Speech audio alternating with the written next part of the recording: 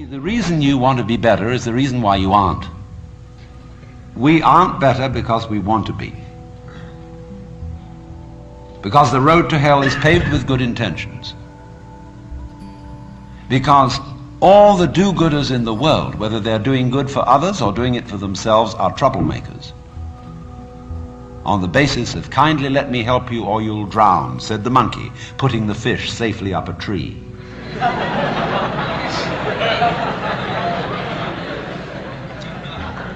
We white Anglo-Saxon Protestants, British, German, American, have been on a rampage for the past 100 or more years to improve the world. We have given the benefits of our culture, our religion, our technology to everybody, except perhaps the Australian Aborigines. And we have insisted that they receive the benefits of our culture, even our political styles, our democracy. You had better be democratic, or we'll shoot you. And having conferred these blessings all over the place, we wonder why everybody hates us. See, because sometimes doing good to others, and even doing good to oneself, is amazingly destructive. Because it's full of conceit. How do you know what's good for other people? How do you know what's good for you? If you say you want to improve, then you ought to know what's good for you. But obviously you don't. Because if you did, you would be improved. So we don't know. It's like the problem of geneticists, which they face today. I went to a meeting of geneticists not so long ago where they gathered in a group of philosophers and theologians and said, now look here, we need help. We now are on the verge of figuring out how to breed any kind of human character we would want to have. We can give you saints, philosophers, scientists, great politicians, anything you want. Just tell us, what kind of human beings ought we to breed?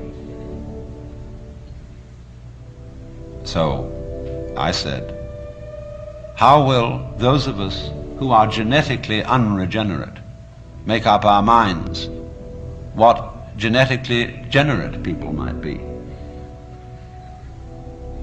Because I'm afraid very much that our selection of virtues may not work. It may be like, for example, this new kind of high-yield grain which is made, and which is becoming ecologically destructive. When we interfere with the processes of nature and breed efficient plants and efficient animals, there's always some way in which we have to pay for it. And I can well see that eugenically produced human beings might be dreadful. We could have a plague of virtuous people. Do you realize that? Any animal considered in itself is virtuous. It does its thing, but in crowds they're awful. Like a crowd of ants or locusts on the rampage. They're all perfectly good animals, but there's just too much.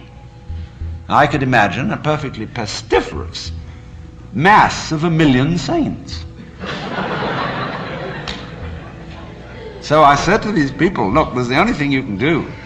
Just be sure that a vast variety of human beings is maintained. Don't please breed us down to a few excellent types. Excellent for what? We never know how circumstances are going to change, and how our need for different kinds of people changes.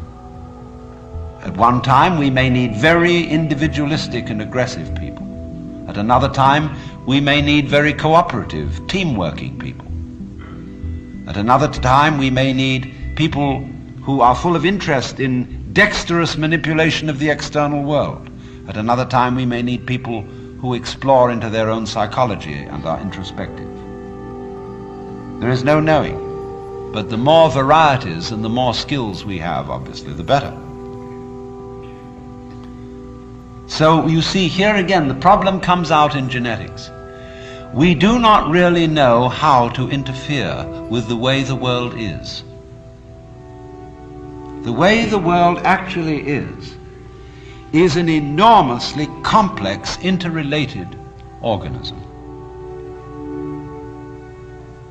The same problem arises in medicine because the body is a very complexly interrelated organism. And if you look at the body in a superficial way, you may see there's something wrong with it. Here's chickenpox. And there's spots that itch that come out all over the place. Well, you might say, well, spots are there, cut them off. So you kill the bug. Well, then you find you've got real problems. Because you have to introduce some bugs to kill the bug. It's like bringing rabbits into Australia. And that starts going all over the place and getting out of hand.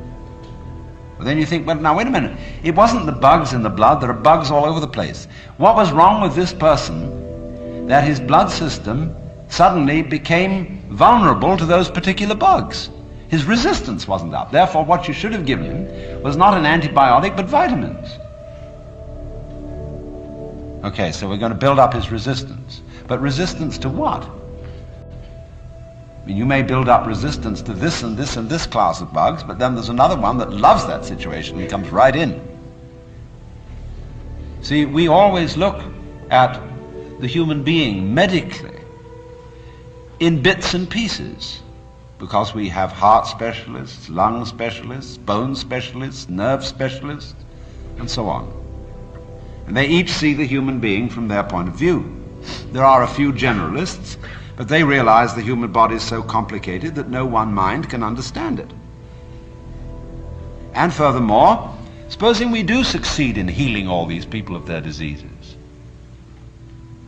what do we then do about the population problem?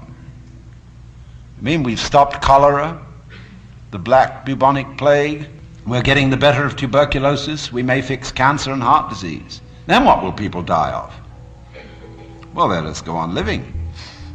There'll be enormous quantities of us. Then we have to fix this birth thing. Pills for everybody. Then we find, what are the effects, the side effects of those pills? What are the psychological effects upon men and women of not breeding children in the usual way? We don't know.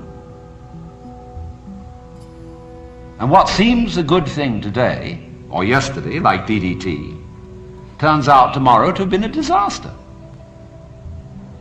What seemed in the moral and spiritual sphere too, like great virtues in times past, are easily seen today as hideous evils.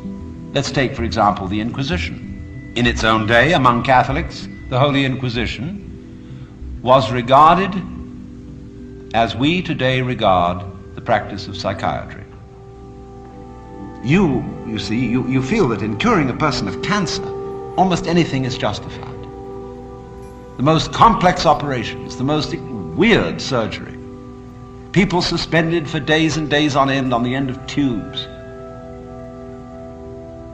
with X-ray penetration, burning, or people undergoing shock treatment, people locked in the colorless, monotonous corridors of mental institutions. In all good faith, they knew that witchcraft and heresy were terrible things, awful plagues, imperiling people's souls forever and ever. So any means were justified to cure people of heresy. We don't change. We're doing the same thing today, but under different names. We can look back at those people and see how evil that was, but we can't see it in ourselves. So therefore, beware of virtue.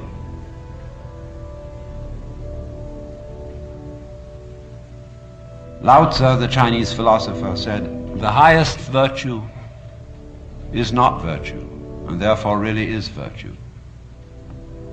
But inferior virtue cannot let go of being virtuous, and therefore is not virtue. Translated in more of a periphrastic way, The highest virtue is not conscious of itself as virtue, and therefore really is virtue. Lower virtue is so self-conscious that it's not virtue. In other words, when you breathe, you don't congratulate yourself on being virtuous. But breathing is a great virtue. It's living. When you come out with beautiful eyes, blue or brown or green as the case may be, you don't congratulate yourself for having grown one of the most fabulous jewels on earth. So it's just eyes. And you don't account it a virtue. To see, to entertain the miracles of color and form, you say, oh, that's just... But that's real virtue. Virtue in the sense, the old sense of the word, as strength, as when we talk about the healing virtue of a plant. That's real virtue. But the other virtues are stuck on. They're ersatz, they're imitation virtues. And they usually create trouble. Because more diabolical things are done in the name of righteousness. And be assured that everybody of whatever nationality or political frame of mind or religion always goes to war with a sense of complete rightness. The other side is the devil. Our opponents,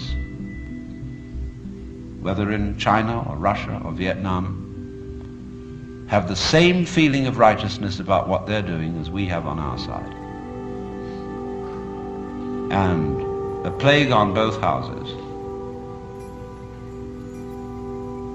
because, as Confucius said, the goody-goodies are the thieves of virtue, which is the form of our own proverb, the road to hell is paved with good intentions.